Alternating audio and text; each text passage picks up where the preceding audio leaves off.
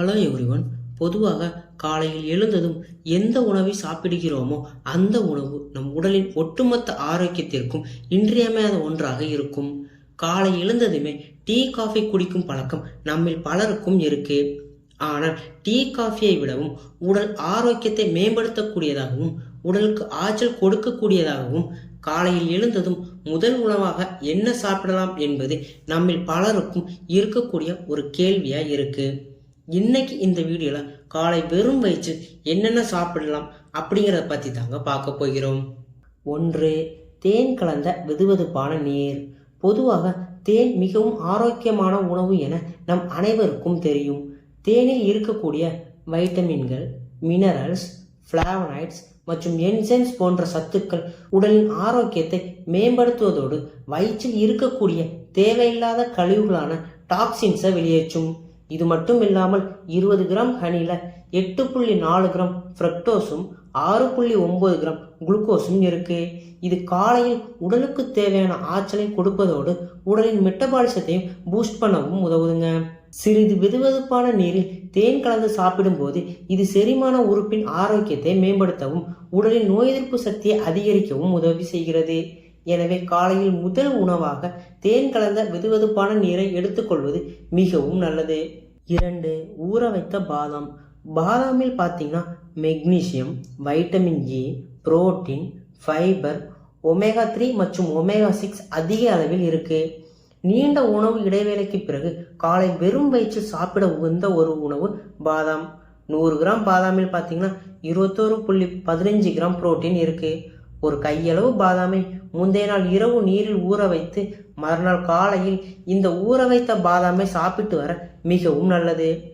ஊற வைத்த பாதாமை சாப்பிடும் பொழுது அதன் தோலை நீக்கிவிட்டு சாப்பிடணும். எதற்காக பார்த்தீங்கன்னா பாதாமின் தோலில் டேனின் எனும் மூலப்பொருள் இருக்கு. இது பாதாமில் இருக்கக்கூடிய சத்துக்கள் உடலில் சேருவதை தடுக்கும். எனவே ஊற வைத்த பாதாமை சாப்பிடும் பொழுது அதன் தோலை நீக்கிவிட்டு சாப்பிடுவது நல்லது. ஊற வைத்த பாதாம் காலை எழுந்தது முதல் தினசரி உடற்பயிற்சிக்கு செல்லுபவர்கள் காலை வெறும் வயிற்றில் சாப்பிட ஒரு சிறந்த உணவு ஊற வைத்த பாதாம்.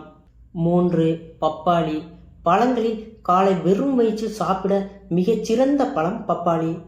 உடலில் இருக்கக்கூடிய கழிவுகளை எளிதில் வெளியேற்றவும் குடல் இயக்கத்தை சீராக்கவும் வயிறு உப்புசம், மலச்சிக்கல் போன்ற பிரச்சனைகள் வராமல் தடுக்கவும் மிகவும் உதவக்கூடிய ஒரு பழம் அப்படின்னா அது பப்பாளி பழம்.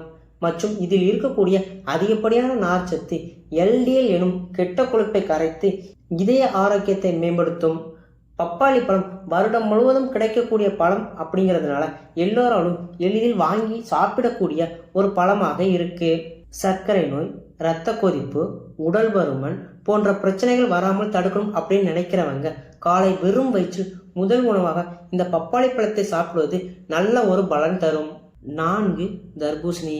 பழங்களில் காலை வெறும் வயிற்றில் சாப்பிட மற்றொரு சிறந்த ஒரு பழம் தர்பூசணி.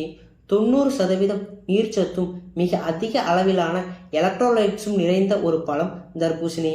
இது கோடை காலத்தில் உடலில் ஏற்படக்கூடிய நீர் வறட்சியிலிருந்து தடுக்கும். உடலுக்கு நல்ல ஆற்றலை கொடுக்கக்கூடியது இந்த தர்பூசணி. மிக மிக குறைந்த கலோரிகள் கொண்ட பழம் தர்பூசணி அப்படிங்கிறதுனால உடல் ரீதியாக எந்த தொந்தரவும் இருக்கிறவங்களும் தாராளமாக தர்பூசணியை சாப்பிடலாம். கோடை காலத்தில் காலை வெறும் வயிற்றில் முதல் உணவாக சாப்பிட மிகச்சிறந்த பழம் தர்பூசணி. 5. முளைக்கட்டிய பச்சை பயிறு. பச்சை பயிரை அப்படியே சமைத்து சாப்பிடுவதை விட முளைக்கட்டி சாப்பிடும்போது அதன் நன்மைகள் மிகவும் அதிகம். முளைக்கட்டிய பச்சை பயிரில் பார்த்தீங்கன்னா அதிக அளவிலான புரதம், நார்ச்சத்து, vitamin B, vitamin C, vitamin K போன்ற சத்துக்கள் நிறைந்து இருக்கு.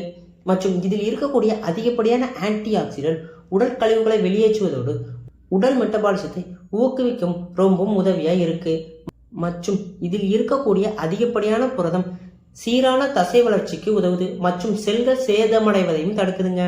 இதன் மூலமாக நல்ல ஒரு ஆரோக்கியமான உடல் அமைப்பை பெறவும் மிகவும் உதவியாக இருக்கக்கூடியது முளைக்கட்டிய பயிறு.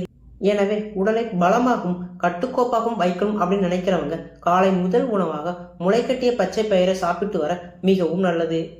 6. ஊற வைத்த சியா விதைகள். சியா விதைகளில் பார்த்தீங்கன்னா protein, fibre, calcium, anti accident, omega 3 fatty acids போன்ற சத்துக்கள் அதிக அளவில் இருக்கு. ஒரு டேபிள் ஸ்பூன் சியா விதைகளை முந்தைய நாள் இரவு நீரில் ஊற வைத்து பின் மறுநாள் காலையில் ஊறிய சியா விதைகளை சிறிதளவு வெதுவெதுப்பான நீரில் கலந்தோ அல்லது பாலுடன் கலந்தோ அல்லது பழக்கலவையின் மீது தூவியோ சாப்பிட்டு வரலாம். ஊறிய சியா விதைகளில் பார்த்தீங்கன்னா ஜெலட்டினஸ் கோட்டிங் எனும் வலுவழுப்பான பகுதி இருக்கும். இது குடலின் உட்பகுதியில் படிந்து குடல் இயக்கம் சீராக இருக்கவும் செரிமானம் எளிதாக நடைபெறவும் மிகவும் உதவியாக இருக்கு. மேலும் கெட்ட கொழுப்பு உடலில் சேருவதை தடுக்கும். உடல் எடையை குறைக்க விரும்புறவங்க காலை வெறும் வயிற்றில் ஊற வைத்த சியா விதைகளை சாப்பிட்டு வர மிகவும் நல்லது. 7. பழைய சோறு. இது நம் எல்லோருக்கும் தெரிந்த உணவு. முந்தைய நாள் இரவே அரிசி சாதத்தில் சிறிதளவு நீரை ஊற்றி வைக்க மறுநாள் காலையில் நீராகாரமாக நமக்கு கிடைக்கும். சாதாரண அரிசி சாதத்தை விட புளிக்க வைக்கப்பட்ட சாதத்தில் சத்துக்கள் பல மடங்கு என பல ஆராய்ச்சியில் சொல்லியிருக்காங்க. ஒரு நாள் இரவு முழுவதும் சாதத்தை நீரில் ஊற்றி வைக்கும்போது அதில் நன்மை செய்யக்கூடிய பாக்டீரியா அப்படின்னு சொல்லக்கூடிய ப்ரோபயோட்டிக்ஸ் அதிக அளவில் பெருகி இருக்கும். இந்த பழைய சாதத்தின் மூலம் கிடைக்கக்கூடிய ப்ரோபயோட்டிக்ஸ் குடலின் ஆரோக்கியத்திற்கு மிகவும் நல்லது.